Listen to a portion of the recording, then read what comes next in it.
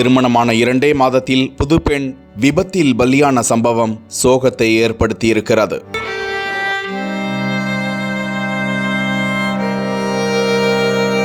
ராமநாதபுரம் மாவட்டம் பார்த்திபனூர் அருகே உள்ள கோணாக்குளம் என்கிற கிராமத்தை சேர்ந்த சுப்பிரமணி என்பவரது மகன் பிரபாகரன். இவருக்கும் பரமக்குடி அடுத்த அண்டக்குடி கிராமத்தைச் சேர்ந்த பாலமுருகன் என்பவருடைய மகள் சூரிய பிரியதர்ஷினிக்கும் கடந்த 2 மாதங்களுக்கு முன்புதான் திருமணம் நடந்தது. இந்த நிலையில் பிரபாகரன் தனது மனைவியை அழைத்து கொண்டு அண்டக்குடி கிராமத்திற்கு சென்றுவிட்டு அங்கிருந்து தனது இருசக்கர வாகனத்தில் சொந்த ஊரான கோணாக்குளம் நோக்கி சென்று கொண்டிருந்த போது தேசிய நெடுஞ்சாலையில் கீழ பெருங்கரை என்ற இடத்தில் திடீரென நிலை தடுமாறி அருகாமையில் இருந்த கால்வாய்க்குள் இருவரும் விழுந்து விட்டதாக சொல்லப்படுகிறது. இதில் சூரிய பிரியதர்ஷினி ஆழமான பகுதியில் விழுந்து விட்டதால் இந்த விபத்தில் நீரில் மூழ்கி சம்பவ இடத்திலேயே பிரியதர்ஷினி பலியானதாக சொல்லப்படுகிறது.